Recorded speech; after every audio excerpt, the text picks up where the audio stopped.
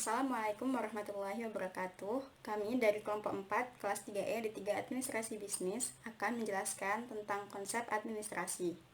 Kelompok kami beranggotakan yang pertama Amelia Rahmawati nomor absen 3, yang kedua Dewi Masluha nomor absen 7, yang ketiga Fadila Muafifah Rohmah nomor absen 11, yang keempat Lutfia Nur Saadatul Awaliyah nomor absen 21, yang kelima Putri Wulandari nomor absen 27, dan yang terakhir adalah saya, Safira Humaira Robbani, nomor absen 29.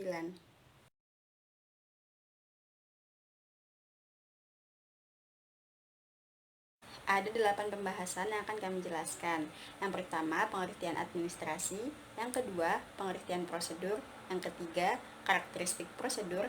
Yang keempat, fungsi administrasi. Yang kelima, aktivitas administrasi. Yang keenam, penerapan 5W+1H dalam 6M. Yang ketujuh, asas-asas administrasi. Dan yang terakhir adalah kesimpulan.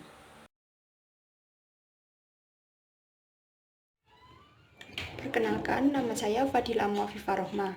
Di sini saya akan menjelaskan mengenai pengertian administrasi dan prosedur. Untuk pengertian administrasi terbagi menjadi dua, yaitu administrasi dalam arti sempit dan administrasi dalam arti luas. Kata administrasi dalam arti sempit berasal dari bahasa Belanda, yaitu administrati, yang kegiatannya mencakup ketatausahaan meliputi catat mencatat, surat menyurat, ketik mengetik, dan sebagainya. Sedangkan administrasi dalam arti luas berasal dari bahasa Inggris, yaitu administration.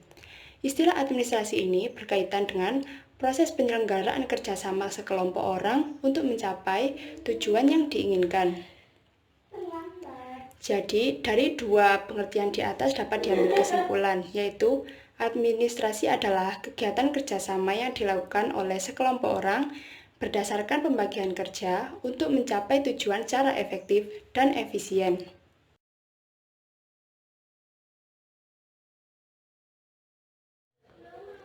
Untuk pengertian yang selanjutnya yaitu mengenai prosedur. Prosedur adalah rangkaian kegiatan atau tahap-tahap yang harus dijalankan suatu perusahaan untuk mencapai tujuan tertentu.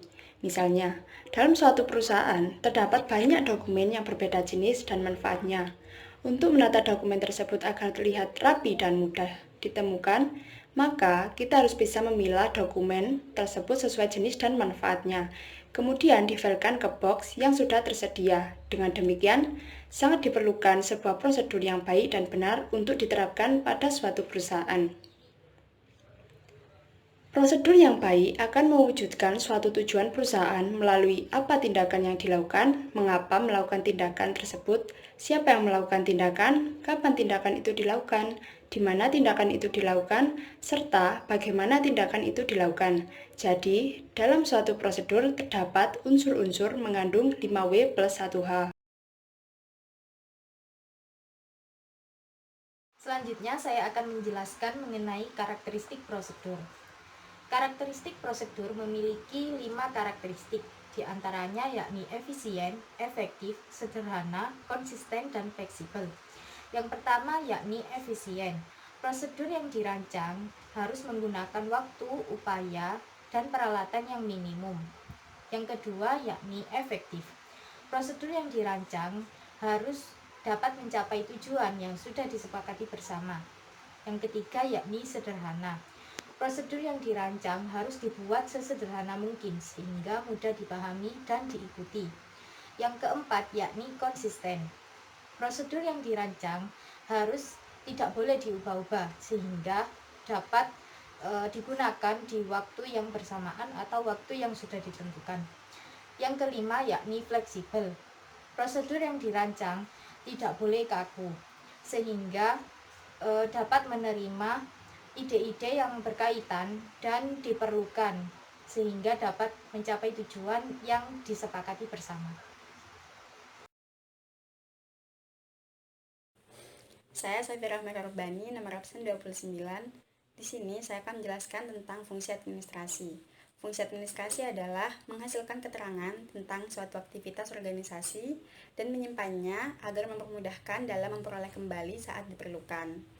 Untuk menghasilkan keterangan, diperlukan adanya tata keterangan. Kemudian, aktivitas organisasi dilaksanakan melalui suatu prosedur. Dengan demikian, fungsi administrasi adalah melakukan tata keterangan prosedur suatu aktivitas organisasi. Luaran dari fungsi ini adalah dokumen yang menginformasikan tentang suatu aktivitas organisasi. Oleh karena itu, sering juga disebutkan bahwa fungsi administrasi adalah mendokumentasikan aktivitas organisasi melalui aktivitas administrasi.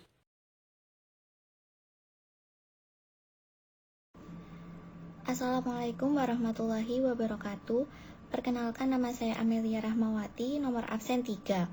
Di sini saya akan menjelaskan mengenai apa sajakah aktivitas yang terdapat di dalam suatu administrasi. Terdapat 6 aktivitas dalam suatu administrasi.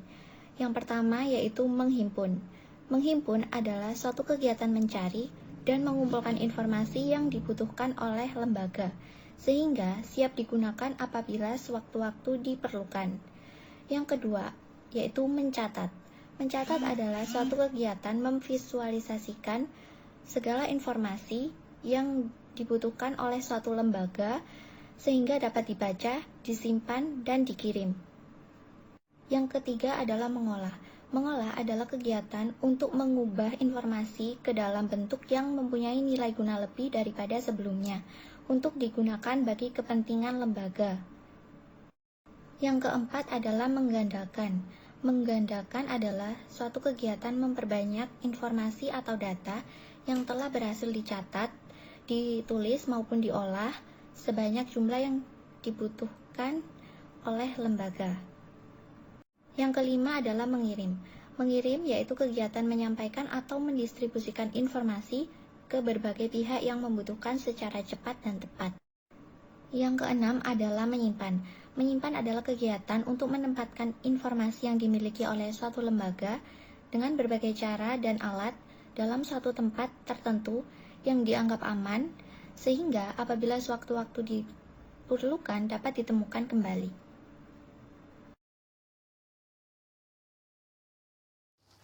Saya Lutfia Nursadatul Awalia, nomor absen 21, akan menyampaikan materi tentang penerapan 6M dalam 5W+1H. 6M pada WAD meliputi A. Mengumpulkan, yaitu mengumpulkan data nama kegiatan. B. Mencatat, yaitu mencatat data nama kegiatan sebagai perihal atau subjek dokumen yang dicatat dengan tata letak sesuai dengan format standar dokumen. C. Mengolah, data nama kegiatan tidak perlu diolah karena sudah merupakan informasi yang menginformasikan nama kegiatan. 6M pada Y meliputi A. Mengumpulkan, yaitu mengumpulkan data tujuan aktivitas. B. Mencatat, yaitu mencatat data rencana tujuan kegiatan sebagai pembuka dokumen yang dicatat sebagai kalimat pembuka atau pendahuluan pada paragraf pembuka dokumen. C. Mengolah, data tujuan kegiatan tidak perlu diolah karena sudah merupakan informasi yang menginformasikan rencana dan realisasi dari kegiatan. 6M pada W meliputi A. Mengumpulkan, yaitu mengumpulkan data nama dan jabatan para pihak yang terlibat dalam aktivitas. B. Mencatat, yaitu mencatat data nama dan jabatan serta identitas terkait pada bagian pengesahan dokumen. C. Mengolah, data para pihak yang terlibat dalam kegiatan tidak perlu diolah karena sudah merupakan informasi yang menginformasikan para pihak yang bertanggung jawab terhadap kegiatan. 6M pada Where meliputi A. Mengumpulkan, yaitu mengumpulkan data tempat dalam organisasi yang melaksanakan aktivitas. B. Mencatat, mencatat nama bagian atau unit organisasi pelaksana kegiatan pada bagian kop dokumen.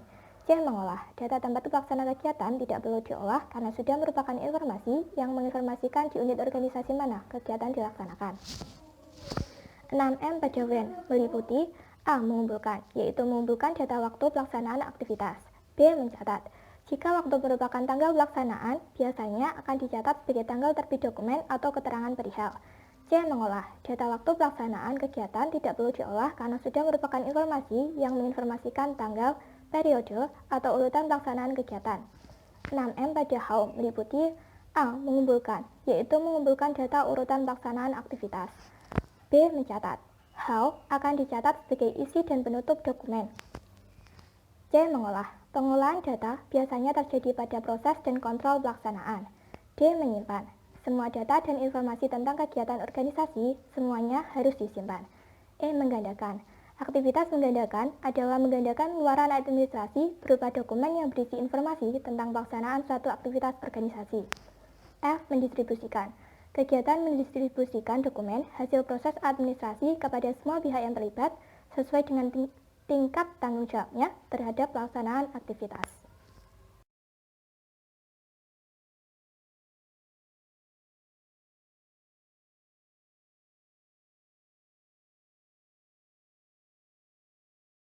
Saya Putri Wulandari akan menjelaskan mengenai asas-asas administrasi. Asas administrasi ada 5. Yang pertama, asas perencanaan. Berarti semua pekerjaan kantor harus direncanakan terlebih dahulu untuk mencapai tujuan tertentu. Misalnya melaksanakan pekerjaan kantor sesuai dengan buku pedoman pelaksanaan kegiatan. Contohnya prosedur pengurusan arsip. Yang kedua, asas penyederhanaan. Semua pekerjaan kantor dapat dikerjakan dengan cara yang sesederhana dan semudah mungkin, misalnya penggunaan cara-cara yang lebih mudah, praktis, dan cepat. Yang ketiga, asas penghematan. Asas untuk dapat menghemat semua sumber daya berupa pikiran, tenaga, waktu, ruang, dan biaya dalam melaksanakan pekerjaan kantor.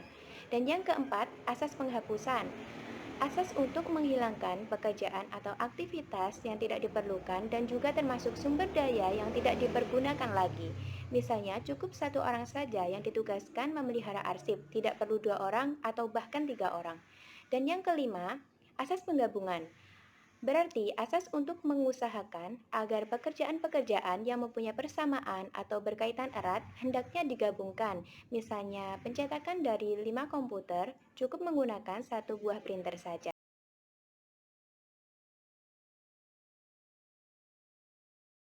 Dari materi-materi yang telah disampaikan oleh teman-teman, dapat kita simpulkan bahwa administrasi adalah suatu rangkaian kegiatan tata usaha yang berupa aktivitas menghimpun, mencatat, mengolah, menggandakan, mengirim, dan menyimpan keterangan-keterangan.